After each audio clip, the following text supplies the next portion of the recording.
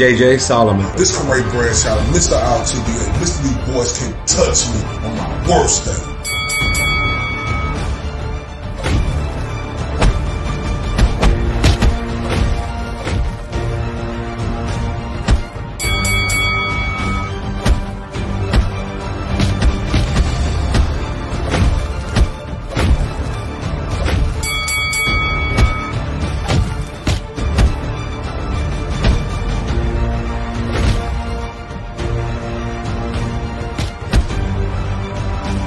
This is the Spit Bucket Podcast. It's your boy, Mr. RTBA, Mr. 214, Senor Dos Uno Cuatro, Senor Dos Catorce, Mr. Undeniable, Mr. D Boys Can't Touch Me. Tell him. On my worst day, right here with my partner in crime, my dog, my brother from another, Mr. JJ Solomon. What's popping, my guy?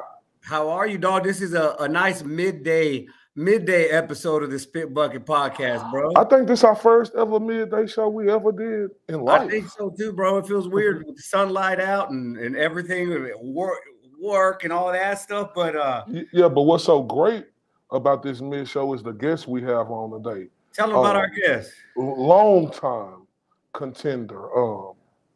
Dude just came off an extraordinary victory. Not saying that it put his hat back in the hand because he was always there. But this victory he just got against Tony Yoka solidified he was still here. I need everybody from the 214 to across the pond to give our guest, Carlos Takam, a big old hand clap for that. Carlos Takam, how are you, sir? I'm good. Thank you to invite me, man. Thank you. Looking super fly with the super fly hat, dude. Looking exactly. Like Pharrell Williams in there, dog. How you doing today, sir? No, today I'm doing good. I'm doing good today. Thank you.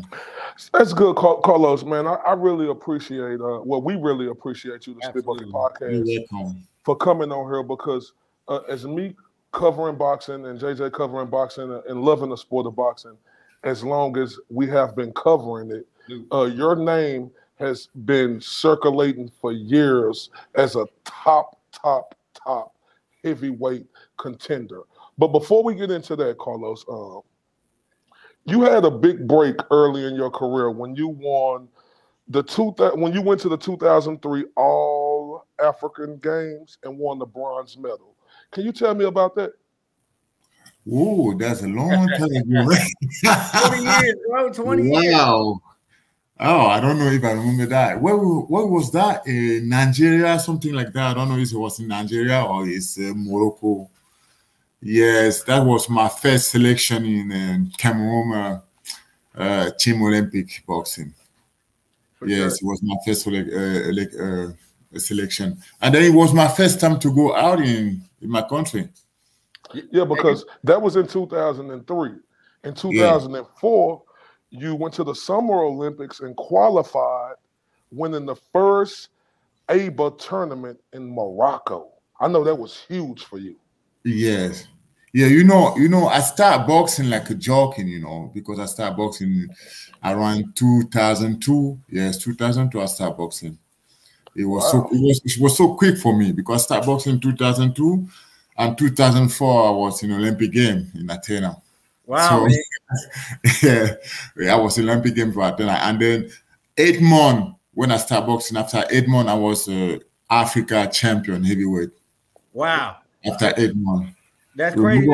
So you started in your early 20s, right? You started boxing. Yes, I was 22. 22, yeah, and a lot of people would say that's late to start boxing, but you've obviously you have a solidified career, and there's no doubt about it. And you can even talk about your current accolades. But tell me a little bit about how, because you're a Frenchman with the roots from Cameroon, you have your African heritage, and you represented your hometown in the Olympics. But how did you end up in Paris? Oh, after the Olympic game, I went to Belgium to stay with my cousin. He was a football player, professional. So I went there I stayed with him around like 1 year after. And he told me, Carlos, here in Belgium, they don't have the good box, and you cannot make your career here in Belgium. You need to go somewhere like the UK or France or whatever. I don't know. So one of my friends connect me with a promoter in France, and that guy take me in France. The promoter, I signed with the promoter. That was my first professional contract. I signed with that promoter for like 3 years. So he take me in Paris. So after that, the French government give me the French citizen. Okay, now look, it's such a great honor when you know about a guy, because I've been knowing about you for years, Carlos Takam. You've been on the scene, me and JJ. How you didn't know about me, man? Come on. No. We've been knowing about you for years. Okay. You've been on the scene, but when you finally get a chance and you knowing you finna interview a guy, you get to do your research on the guy. And I did my research on you, Mr. Takam. Yeah. Now, when I say Mr. Takam, I want to start there with your last name, Takam. I looked that up, and that stands for my Billy Goat. And what Takam means is the king of the goats. Ooh. What? That's impressive. So did you know that, Carlos? Did you know that? I don't know that. Oh, okay. So when I looked that up, that was real. Oh, go ahead. Listen. You know what Takam mean in my country, in my dialect? What Takam mean in my country? Like in my tradition, what Takam mean is father of a king. Of a king? King father. Oh, nice. Okay. Yeah, like that's one Takam. That one you just said, I like that. I like it. I like you, man. I looked that up because that was very interesting, to have a last name like that and it have a meaning to be the king of the goats. And with you having a professional career when you done had a lot of success, to me that seems fitting. Yeah, you've been in there with everybody. Been in there with everybody. Well, man, all right, Carlos. Well, look, let's talk a little bit. I want to highlight. All right, where are you right now? Are you staying in Vegas still, right? I know. I'm in Vegas right now, yo. How are you enjoying that? I know. I remember I heard you saying something that when you first got, like, Paris was shut down and Vegas was free. Like, what kept you in Vegas? How's it going for you there in Vegas?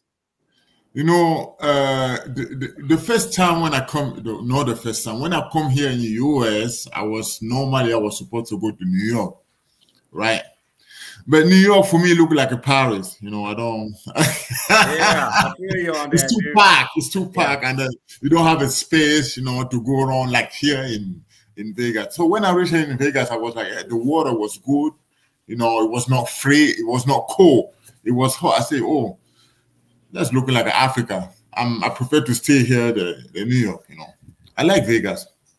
Oh yeah. So, go ahead, Jay. No, I was gonna say it's the mecca of boxing. So you can just go work out when you want. Yes, it's just boxing everywhere. So exactly. No, but I was gonna go ahead, Corey. I was gonna ask him a follow-up question, but go ahead. No, go ahead, Jay. No, I was gonna go ahead and bring up the big upset, and I say upset because that was what the narrative was. A lot of people weren't giving Carlos a chance against Tony Yoka. He was the underdog. He was the underdog going into that fight, Jay. He was. I know, guys. I knew you were gonna say. I was a little upset, about that fight because I hear about the TV in France, the media in France. Everybody was like, "Oh yes, Carlos Takam, Tony Yoka going to beat Carlos Takam ass," In my head, I was like, that little guy. I know him. I trained him. I trained that guy for the Olympic game. I trained him. Every time when I was in Paris, he come in my gym with his father. We train him. So I said, how can I leave some little guy like that? I have a respect. Beat my ass. That's not possible, man. Come on. What? I said, no. They was like, yeah, Carlos Takam is too old. 42 is old. He cannot be the young guy. I said, damn, man. I want to invite you in my gym to see me train. I train like a young guy, man. I train like a 30-old year here. If you don't know me, don't say shit. Come on. That guy cannot be. And you know what? With you saying how you train like a young guy, If anybody watched that fight, Carlos, you look like the younger guy. Hell you yeah. was big, Yeah, I'm a you was, younger guy. The age is not, it's just a number. Come on. yeah, because in that fight, you was beating him to the punch, your right overhand, your left hook to the body, the left hook to the head. It seemed like everything was working for you that night. Now, with me saying that, Carlos, with you coming off of 2 losses before that fight, I know every fight means something, but you know when you're coming off of 2 losses, Yeah. and you're a little older, like you are, even though we know age ain't nothing but a number, you proved that against Tony. Did you have extra going into this fight knowing that this was a real must-win fight for you? Exactly. Yes. I have an extra, like you say, but I was really, very upset because for me, when I jump in the ring, in my head, I was like, I'm not here to box. I'm here to fight. Sure. You know, I'm not in the ring to box, but I'm here in the ring to fight. So with that guy, that little guy, I'm gonna fight like in the street, you know, like in the ring. Right. That's one in my head. I put in my head like I want to win that fight. Seriously, I want to win that fight. It's not possible that guy beat me. Not possible. I cannot lose that fight. I cannot lose it. You sounded For the beginning, I said that even in the press conference, I was looking at him. She cannot look like me. She cannot look in the eye. I told my coach, my French coach, I said, because my French coach know him, because we train him together, I said, brother, I'm gonna beat your ass out that little guy. He said, yes. He's scared at you. I said, I know he's scared at me. He can say everything he said, everything in the press conference, everything you do. I'm gonna beat him because I can see in the eye he's scared.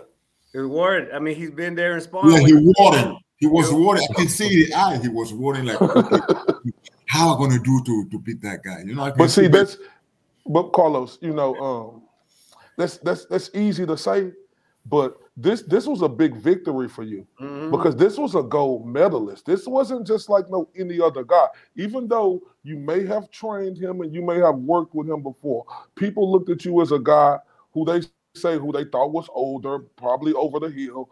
And the way you came in here and you stunned everybody from where we at in the 2-1-4-2 across the pond, that was a statement you made that night. Oh, thank you, guys. Thank you. You know, for me, everybody say, yeah, Carlos, that was a big win. That was a big fight. For me, it was like every fight, you know.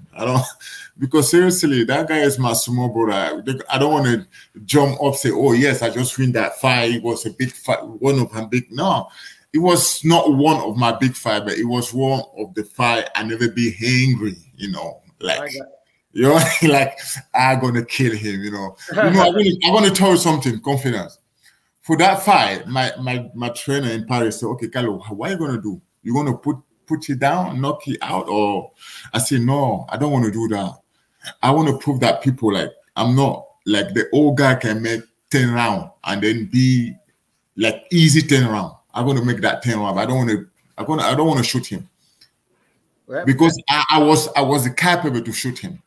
But I say no, I want to make it 10 rounds. That's interesting. I want to show people I want to run in the boxing business like I'm still here. I can make 10 rounds easy. That's really interesting because a lot of guys at your age who still have that strength, because you know the power is the last thing to go, would expect you to rely on a knockout. But the fact that was your plan was to go the distance to make that statement. I'll tell you what, that was a split decision. But I think that split decision was still too close. I think you deserve more than a split decision. But I have a couple questions about that fight too. Before I do, I want to shout out to Mrs. Redcatch, Anya Redcatch. She said, "My biggest respect to Carlos and his beloved wife Erica." Oh, hey Anya, how are you? We're big fans of the Redcatch family, and we appreciate you, Anya. So I definitely want to just give her a shout out. But really quick, I wanted to talk about two things about that before we go on to the next topic about the Tony Yoka fight. Hey, you've trained him and you've been in the ring with him. So what kind of respect was there? You know, there's a photo here where you're talking to him. I want to know what was going on there and what did that conversation consist of? And the second question I have, and you can answer it while at the same time, how did it feel to fight in y'all's hometown, bringing it back to Paris, France? Okay, I start in the second question. Yeah. How I feel for my to fight in my hometown. You know, when I reached in Paris, everybody was asking me, Carlos, you're not stressed to come back here in Paris, fight in your hometown because you know it's been like 8 years. You don't fight here in Paris. I said, no, I'm not scared to fight here. Like I'm more excited, like stress.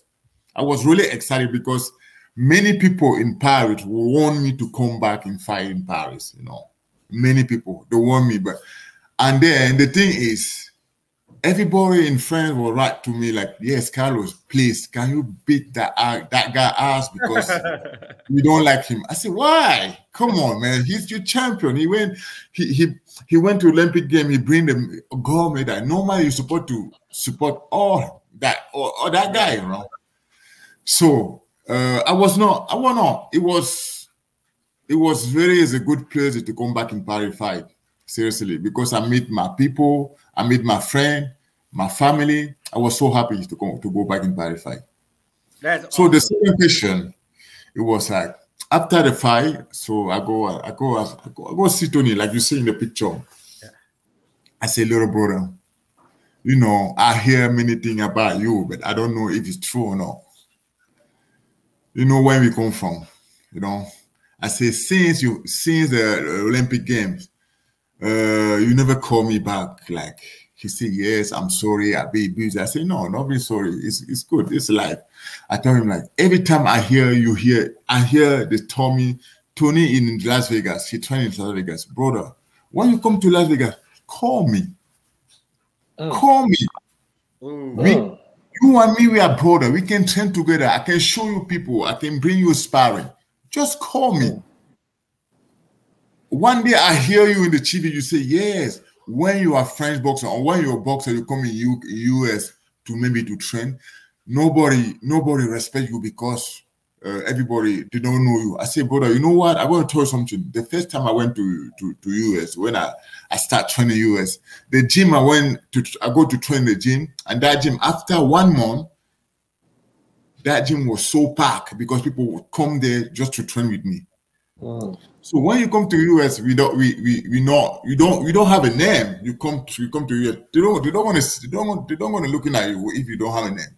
When I come in here in US, I already have my name, Carlos Takam. I fight with many guys, they know me. So the next time you come, I know, just call me and then we're gonna speak about, we're gonna speak. I can help you. I don't know. I can help you. I told you that. So let me ask you this: what you saying that? Yeah. That just shows how stand up you are. You know, you were willing to help that young guy early in his career get ready for the Olympic Games. Do you feel slighted that after you helped him get ready for the Olympic Games, he make his name, especially y'all being from the same country, that it's like he lost your number and you were like dust in the wind to him? No. Did it add some extra fire for the fight? No. They don't ask fire, like you said. No. You know, I was looking at him in the ring after the fight, after my win. I was a little bit like, like, oh man, oh little brother, I'm sorry, I was supposed to win that fight, but I'm sorry for you, because everybody was, when they say Tony Yoka, everybody was like, ooh. And then after I take the microphone, I say, I said, guy, you supposed to support that little guy because it's your champion. Don't do that. If you want to use somebody, it's me. It's not him. I told the people like that. I said, this guy is a great guy. And it's not because he lost 2-5 means say it's not a good boxing. He's gonna come strong. Just give you the time, give you the chance to come back. I told him that. I told him that in Paris. So real quick, Jay. What was your advice? Because I know your first loss was against Gregory Tony. Is that correct? Oh man, come on. No. See, the reason why I say that is because you was an undefeated guy. What was your advice? What was your advice, and what was the advice you got of the bounce back after your loss that you're able to give to other fighters like Tony Yoka? Oh, that was my first loss. I was so upset, man. Come on, because that fight I was supposed to win. I was so upset. I cried. I said, shit, come on. That's no. I cannot lose. But anyway, you know, like every time I say the good fighter is a guy, he fell, you can fail like 2-3 times down, but you come back like 4-5 times. I taught Tony Yoka like that. You just lost it. It's not mean you're not a good boxer. Just put in your head, tomorrow I'm going to be champion. If you do that and you work with that, tomorrow you can be champion, brother. So don't give up. Never. I like it, man. I want to ask you a little bit about, you know, we talked about your big victory against Yoka, but let's talk a little bit about adversity. You know, I saw you in an interview after the Joe Joyce fight, and you said again, like, I want to cry. It hurts your heart. How do you bounce back? How does those fights affect you? Where they're close, or, you know, I know you felt that the Joe Joyce fight was stopped prematurely. How do you bounce back? How do you stay positive? Like, you seem like a very, every time I see you, you're smiling, you're full of love. How do you keep that positive energy? How do you keep grinding in the sport after those devastating losses, man? No, for me, it's not devastating, like you say. For me, you know, every loss for me is a learn. Every loss for me is a learn. I don't take like a loss. No. For me, I'm going to tell you, I never lost one fight. I never lost the fight. I never lost. I always say I learn something. It's my loss. I learning. I'm not lost. I'm learning. Every time I say that, you know, I have that positive attitude. I have it because every time I like yoga. I like to meditate every day. You know, to have a smile, to smile for everybody. You know, I have the meditation is it's my food. Nobody can make me upset because I don't know. I never been upset like here, you know, like I always smile, like you say, you know, because every time I lost, I say, okay, what happened? What I don't know good, what I do good. After the next fight, I try to correct everything and do my best to win, you know, because for me, it's not loss, it's a learn. Everything I say, yes. And that's an excellent statement you just made. You learn, you know, because in life we learn every day. Yeah, we learn every day. What's so great about you is, and tell me about the statement that you just made is having your chance at that 3 belts, the world heavyweight titles, even though you fell short, it was a learning experience. Tell me, being from where you from, the moment. Tell me that moment when you found out, you know, you were going to fight for that title. And JJ, you was mentioning this earlier about the 8 days there. Yeah, Anthony Joshua, 8 days. Yeah.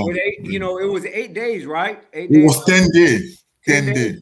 Tell us a little bit about that, man, because, you know, that's a fight of your life.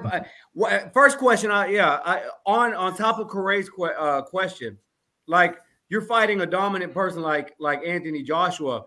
Why would you sign up for that fight with such a short notice? I know the opportunities there, but just tell us a little bit about that. Look, not just short notice, but you was a top contender too.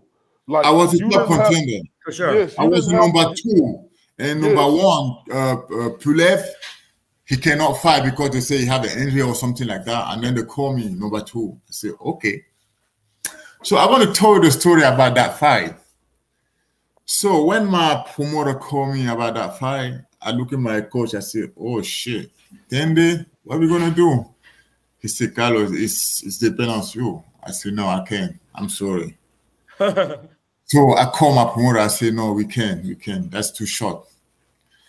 The same night, I was in Instagram. I watched the people speak about that fight.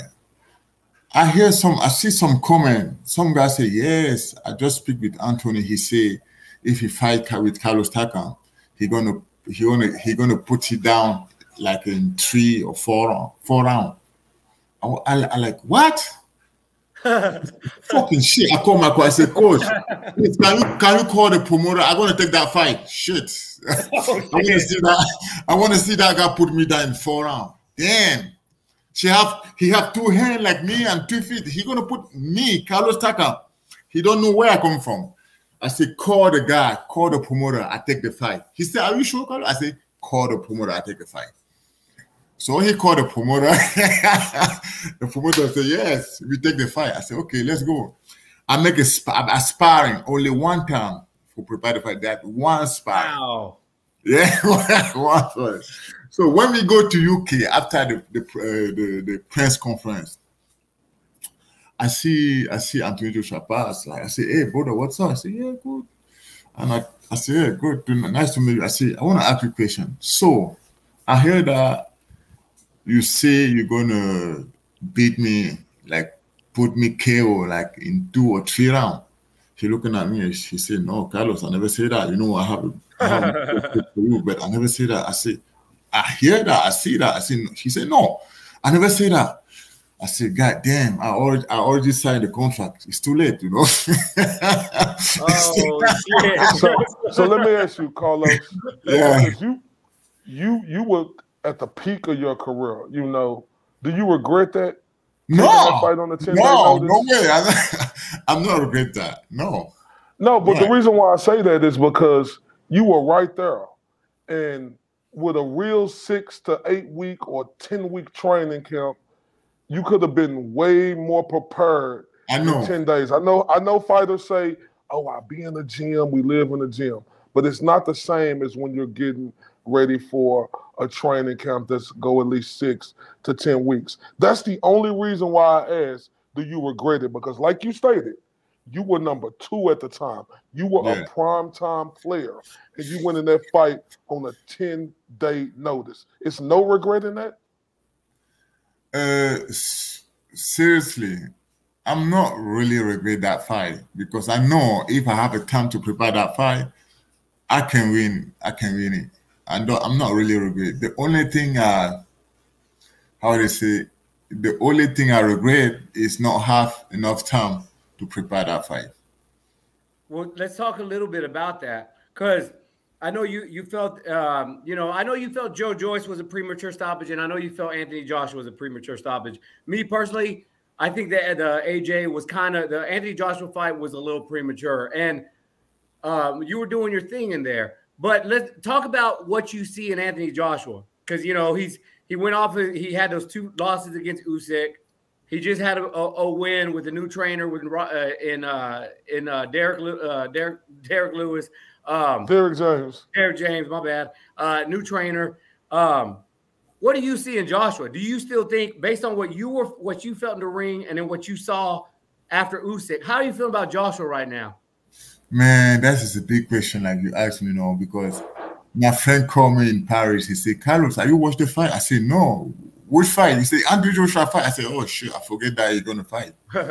So I checked the fight. It was not Anthony. I know, it was not like Anthony Joshua fight before. Seriously, different man. Everything changed. That guy, he don't have that hangry. He don't have that love, the hangry when you go in the ring, when you want to kill somebody. He don't have that. He's a little bit like, I don't know. Every time when he takes some punch, he's scared. I'm sorry, brother, but the thing changed for you. Everything. So you want? Yeah, since you lost with 2 fights, I don't know. It's like you don't want to fight anymore. Seriously. Where do you think it changed? Do you think it was the Andy Ruiz fight, or do you think it was Usyk? Where do you think Anthony Joshua lost that motivation? I think it's above. I think it's above. It's above, but more injuries that Usyk. Yeah. So, you want that rematch? Woof! If you give me that rematch, brother, that I don't want to finish that fight with him. Somebody gonna go down. I seriously, yes, somebody gonna go down if I have that rematch. So what we're gonna do right now, Carlos? We're gonna take a quick commercial break, and then we're gonna come back and we're gonna talk about your new upcoming role. Okay. Yeah, we got big news from Carlos Takam. Fun stuff and then shady stuff, and then we'll talk about it when we come back. You don't want to miss this. Take a quick break. We all have battles. We fight. We train. We work. We persevere. And we celebrate.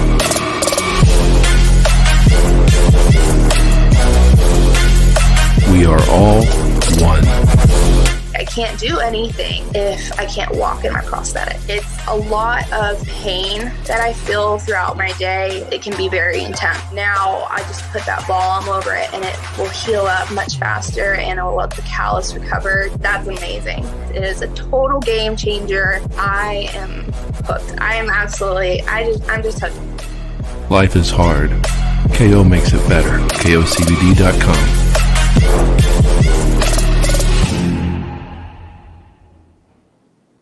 Big thanks to our partners over at KO Therapeutics. Y'all check them out for pain relief, recovery, anxiety, help you sleep. KOCBD.com. Be sure to use that discount TSB10. Promise you guys you won't regret it. We love them and we appreciate our friends over at KO Therapeutics. But let's get back to business. Craig, you want to talk? I know you had some big news you wanted to announce. So there's the movie, but let's talk a little bit about the big news that's going on in your career, your professional career. I know it's a little bit of a sensitive subject, and we got to be careful what we say. So, Carlos, what's your current status with Star Boxing, Joe DeGuardia, and the team out there? If you just share what you can share.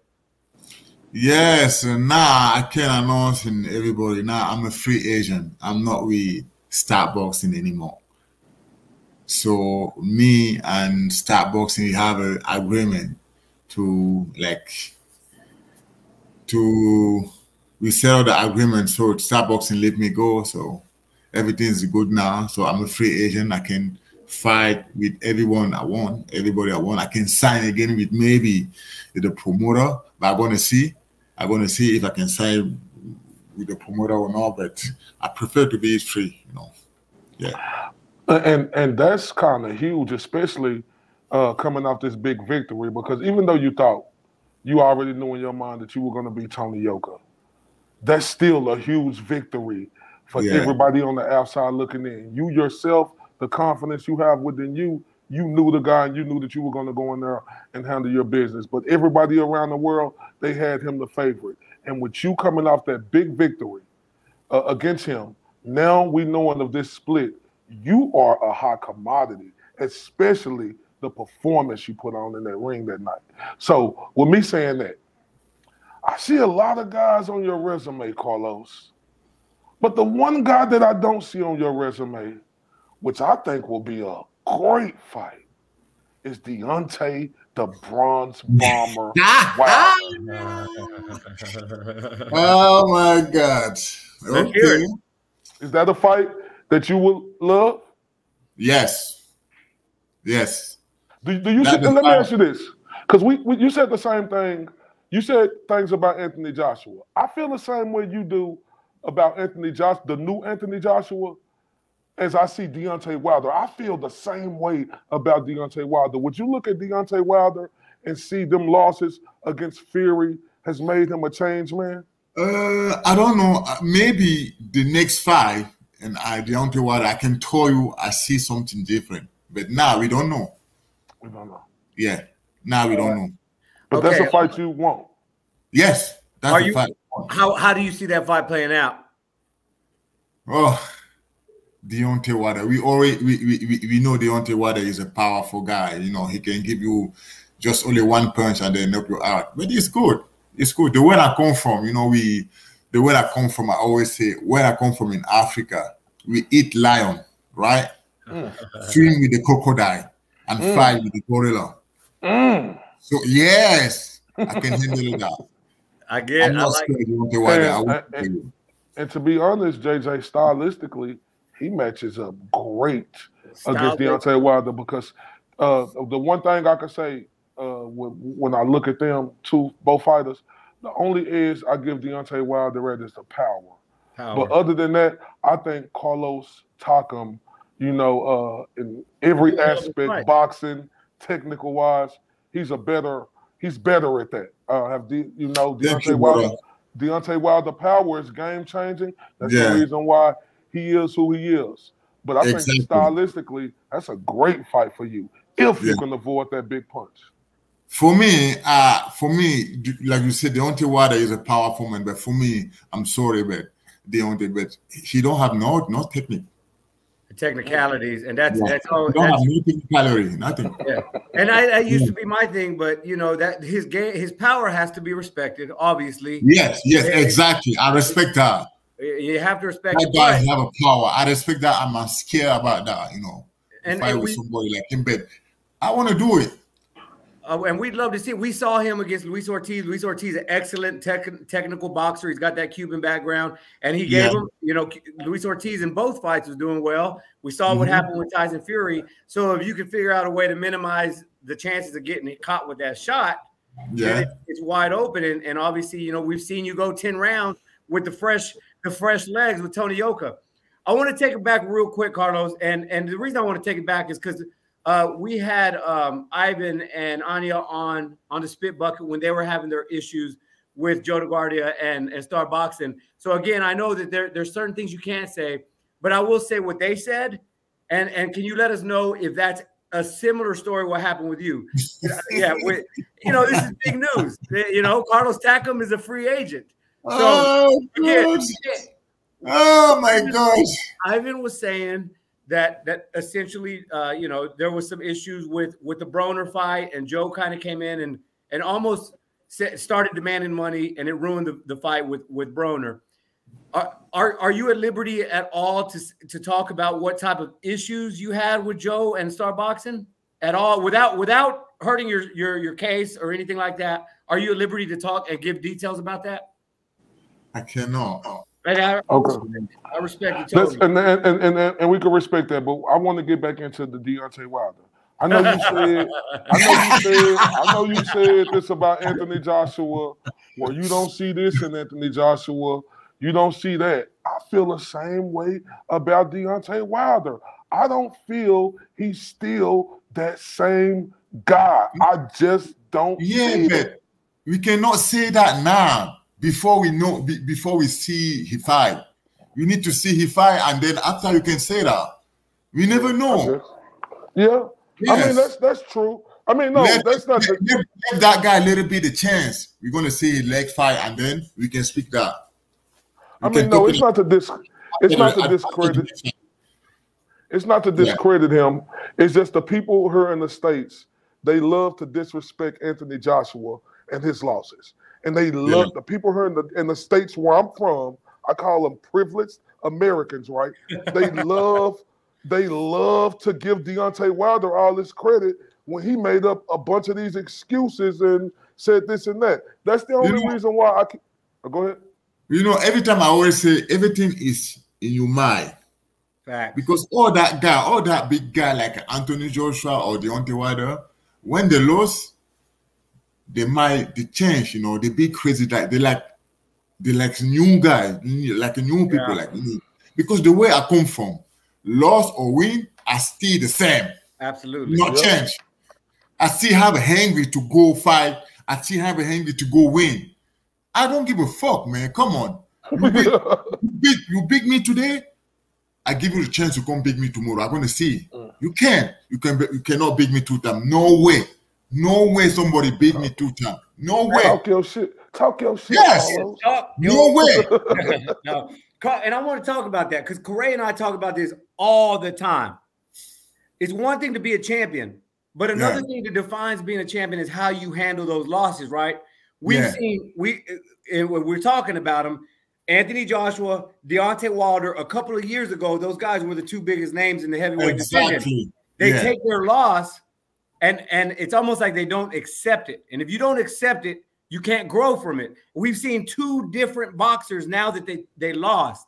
So talk a little bit about that. And what does that do to the heavyweight division? That the 2 big names are extremely vulnerable now because they're not handling those losses right. Yeah, you know, many people, I don't know, it's like every time when they lost, they always found some excuse. You know, like, I'm sorry, like Deontay Wilder, the first loss, what he say, I don't know, like he turned and put something in the water. Yeah, put something in the water. The second one, he say yes, do something in his glove. That is bullshit, man. Come on, you lost. I said that loss. Come on. Hey, Carlos, and that's credit to you too. And I want to get off of them, you know, because we appreciate having you on here, but it coexists with what I'm saying. You got a big movie role coming up, right? Yeah. Where you play Joe Frazier in the new George Foreman movie, right? Yeah. And that's so excellent. And you know, talking to you right now is fitting, right? Carlos, I know that you always had it in you. We know you always been a top contender. But do this story resonate with you? George Foreman, Carlos Takam, age similarities, becoming heavyweight champion at a later age. Do that? Yes. I like that. Yeah, it's a hell of a question. Oh, yeah. Listen, between that question, I'm going to talk about me, about a little bit about my story. I remember when I was in Africa, like I was like 12 or something like that, or I don't know, I forget it. Every time I went and speak with my friend, I say, you know what? One day I want to go to America. I'm going to fight in MGM, like Mike Tyson, like all that big guy. And then I say, yeah, one day I'm gonna play in the big movie too. Everybody was like, Carlos, shut up, come on, man. So one day I watched the fight between Mike Tyson and Francois Bora. I was so excited. I said, shit, damn, brother, one day I'm going to fight Mike Tyson or Francois Bora. All my friends take me like, they say, God, Carlos, you so crazy, man. Come on. You crazy. You cannot do that. You don't know to fight. You don't know to box. So after 12 years, I fight Francois Bora in Paris. I win the fight. I say, please, brother, can you make me some video for my friend in Africa, for my brother to Africa? Because I told them, one day I'm going to fight you. They told me I'm crazy. Just make me that video. I make that video. I sent to my friend in Africa. They was like, no way, come on, Carlos, that's not true. I said, it's true. It's the real guy, the real Francois Bora. So after that, when I make that movie, I called the same friend. I said, you remember I told you I'm going to play in the big movie in US, in Hollywood? They say, yes. I say, go check. I play Joe Frazier in George Foreman movie. So that time when I told you I'm going to do this, I'm going to do that, everybody told me, you're crazy. Who got rights now? It's me. So I make my dream come true. Never give up. Never. I make my dream come true, man. I love it, man. That's a hell of a testimony, dude. That's amazing. How did that happen, dude? Like George Foreman. I'm going to tell you the story about that movie. Yeah, how did that happen? So they write me in Instagram. Some guy write me in Instagram. I don't know, Sony picture or something like that. I look the message. I say, oh, fuck. Come on. Who's that guy? He wrote me.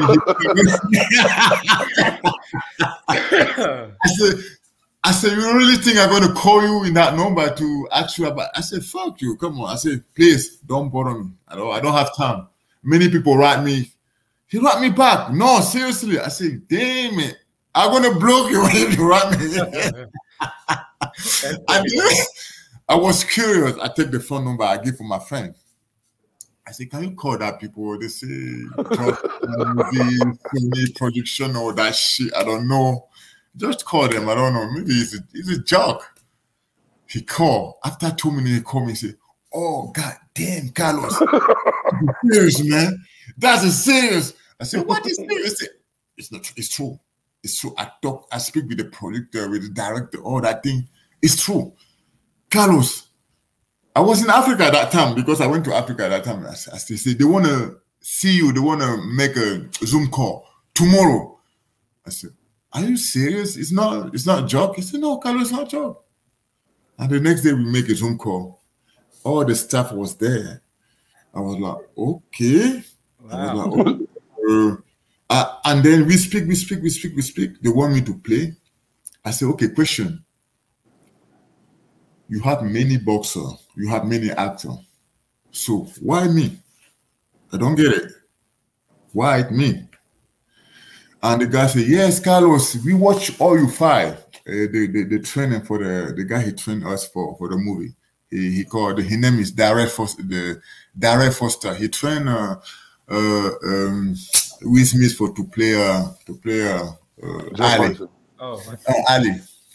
So he said, yes, he said, we watch you fight. It's very interesting, Carlos, because every time when you fight, you make like this. I don't know, what's that? I said, okay. It's like every time when I fight, I make That's like what Joe Frazier used to do. Yeah. Like it's a little bit like a Joe Frazier, you know? And then you move a little bit like a Joe Frazier. I said, okay, that's why you write to me. Okay. As he said, yes, I think if you train together, you can make you be the best Joe Frazier. I said, okay, let's do it. Okay. Lead to that question, Jay. Yeah, I have a question for you, Carlos. Yeah. Okay, so we saw about 20 years ago the Ali movie. James Lights Out Tony was Joe Frazier. Now you're in the George Foreman movie, and you get to be Joe Frazier. So my question to you is, if we were to ever see Carlos Takam against James Tony at the heavyweight division, who's walking away? How does that fight play out at heavyweight? The two Joe Frazier actors. How would that look? Wow, I have a big respect for John Tony. You know, that's one of my favorite boxers. Man. Come on, that guy have a talent. Yes, that's a dream to fight with him. You know. How would that look? You give us your prediction on how a Takam Tony card would look. That was be great and big fight. I'm gonna beat your ass. I'm happy. I agree. I'm sorry. I agree. So let me ask you this, Carlos. Speaking of the movie, yeah. When do it come out, Jay? I know it come out April 20. I'm gonna be in the premiere. The premiere of the movie in 26 in LA. I'm gonna be there. So it's April 28 when the movie come out in theaters around the world. Yeah, 28. So let me ask you this. Yeah. I know you played Joe Frazier, but did you have any talking roles in Joe Frazier? And if you did, how hard was it to do that American accent, if you had any talking parts in it? You know, they try to make me play with the talk, like speak. I told them because I started to learn how to speak. Like, I mean, I told them, like, brother, it's really hard. I cannot do that. I want to keep my accent. So please, just move the part they speak. I don't want to do that because it's gonna take too much time. I don't have time. I really don't have time to do that. So I say no. I'm sorry. I can't. Well, luckily for you, Joe Frazier didn't have a lot of words to say. So luckily for you, you know, you just had to go in there and do your thing in the ring. But how was that overall experience, man? How was that? Like being in a big feature film like that? Man, it was a good experience, you know, to sit like this with Forrest Whitaker, with all that big movie star, you know. It was crazy. Seriously, it was crazy. Hey man, one thing I want to say, I want to say shout out to Miss Takam. Shout out to your wife, man. Tell me, you know, because it's hard to find that right woman. I married myself. Shout out to my wife, Taylor. Shout out to JJ wife. He married to Amanda. We all three married up here. It takes that great woman to be beside you, to push you through everything. Tell me how instrumental Miss Takam is for you, Carlos. Wow. Oh my God. Is she watching? You got to be honest. Yeah, she watching me. Yeah? You got to be honest, okay? Let's hear it. She said, "I want to hear it." Say again, please. Say again. I said, me, us all three up here, we're all married, right? And we all have wives, right? And we got our career. You got your career. We're being a professional boxer, which that takes a lot, blood, sweat, and tears. Tell me how instrumental and how great of a woman is of Miss Takam for enduring all that. Tell me how instrumental she is in your life. Oh my God. Are you okay, baby? You know, her name is Erica. Erica. Is a great woman. She always support me. All the thing I do, every I do things, I do shit thing. She always support all my thing, you know. Like she always be in my back, support me for everything. Every time I fight, I tell him, baby, you know, I'm gonna be in like 2 months in the training camp. I cannot see you. So you're gonna stay long in the house. So, you know. For the beginning, she was complaining, like, no, come on, what's that? I said, that's how we do. That's how we do. I want to be focused in my boxing. But he doesn't understand that. But now she understands and she supports me every time I fight. I go in my training camp. So I stay there, I call her. So he always say, yes, baby, do your best in training to win that fight. So like my last fight, he was like a big support every time because I told him, baby, my training camp going to be here in Vegas, so I'm going to stay home. I want you to do something to me. So I need to, I'm going to have a, how do you say? Everything I need to eat. I'm going to have a meal plan. I'm going to have a meal plan. What? Meal plan. Yeah, I'm going to have a meal plan. So I need you to do exactly what I do, what I say.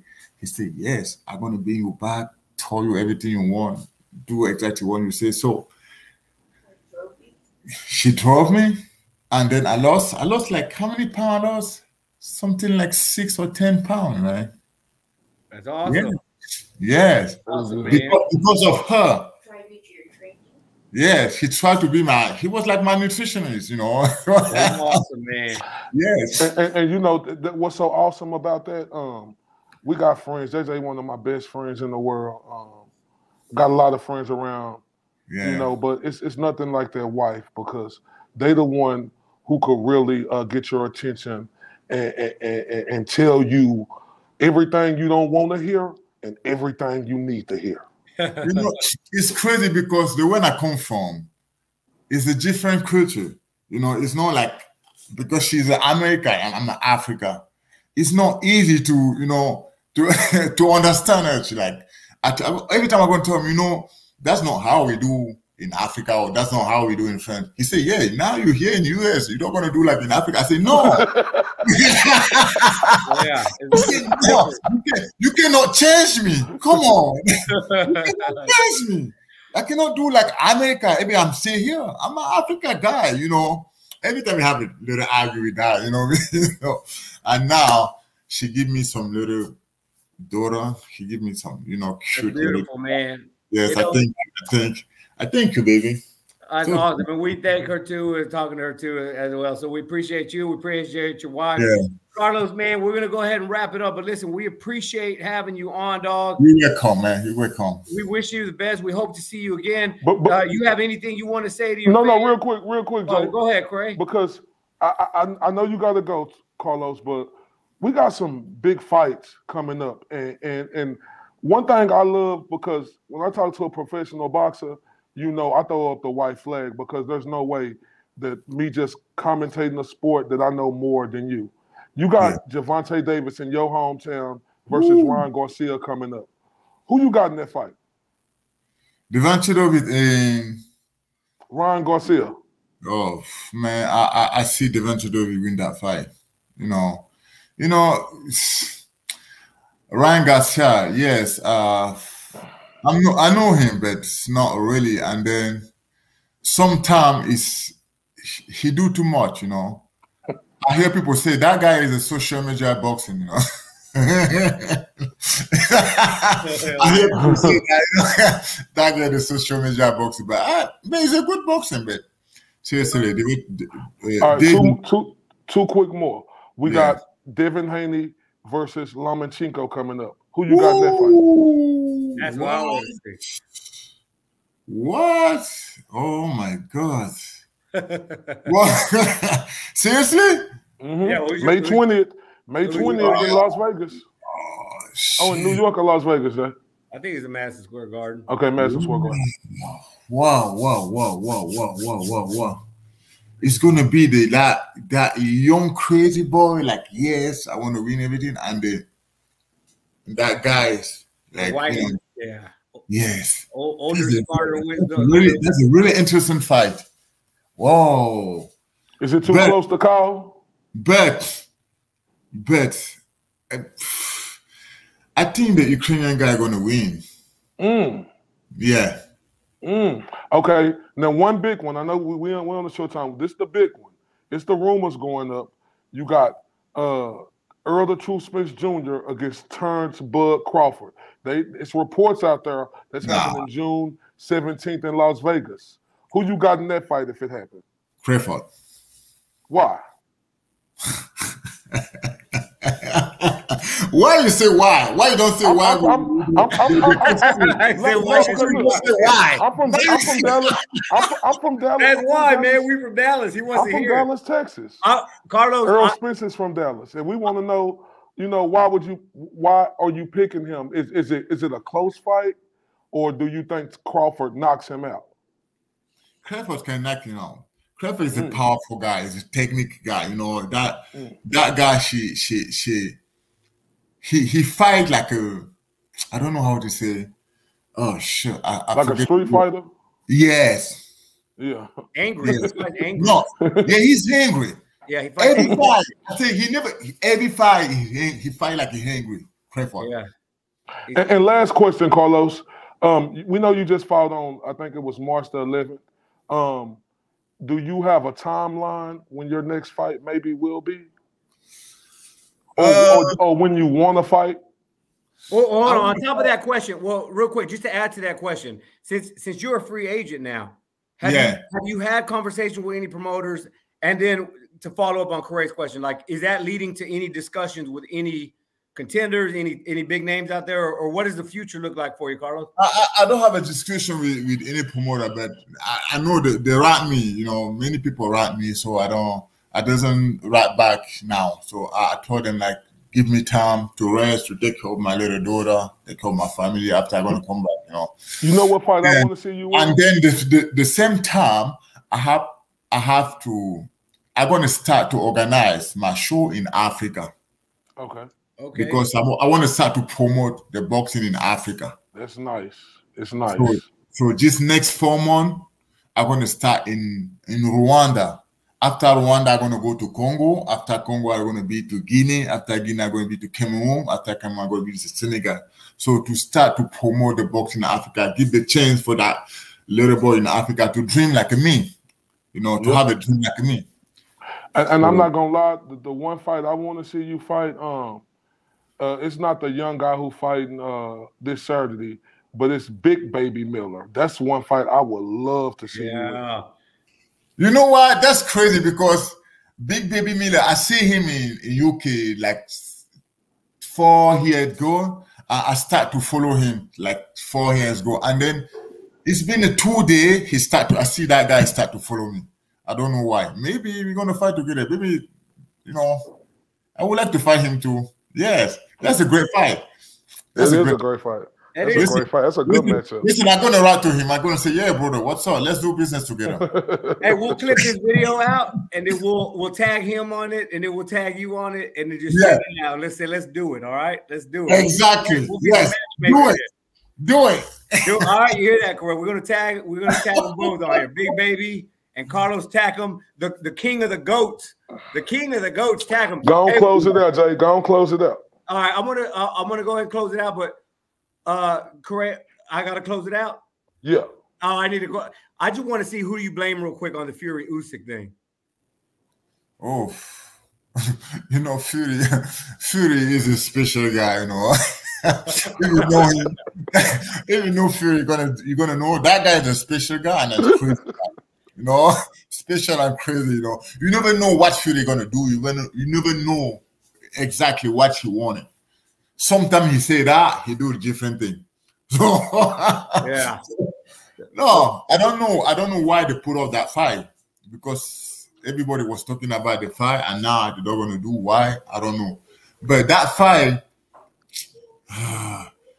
that fight will be such a good fight, but it's not easy. I don't think it's not easy to the Ukrainian guy to beat Fury, because Fury is not easy to fight, to box. So I know we got to go, but damn, Carlos, you were a great interview. And this is one question that I forgot to ask you. You started boxing late. Who was your inspiration? What fighter did you look at?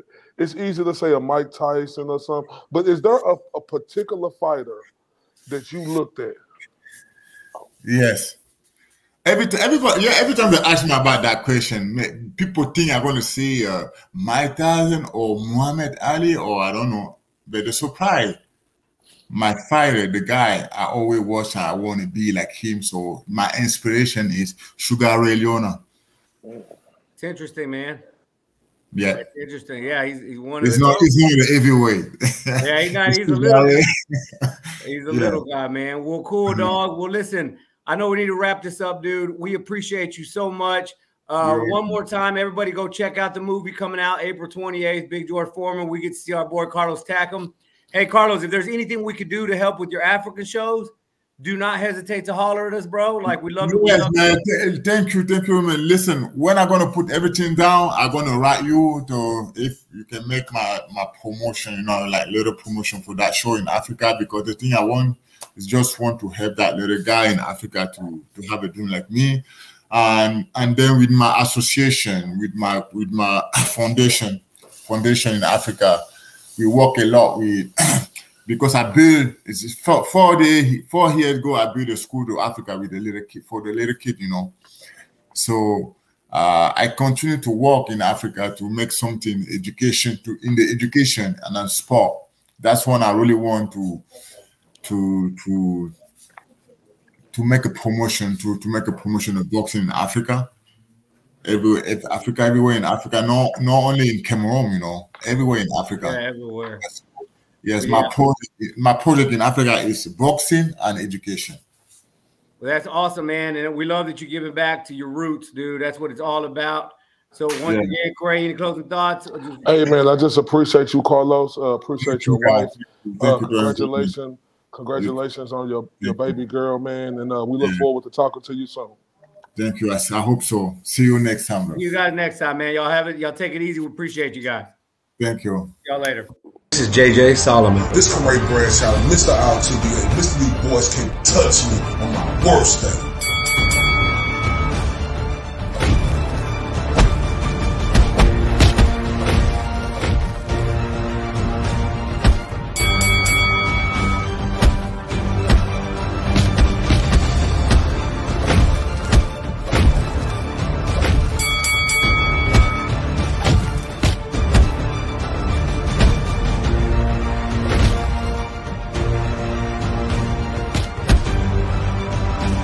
This is the Spit Bucket Podcast.